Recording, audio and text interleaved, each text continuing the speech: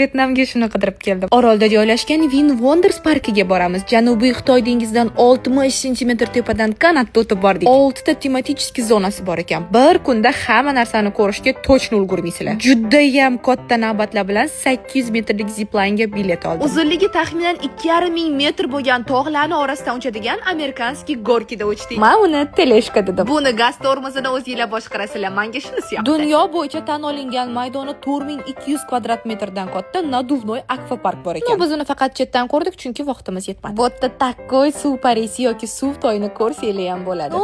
Nimani ko'ra olmadim va bundan xafaman.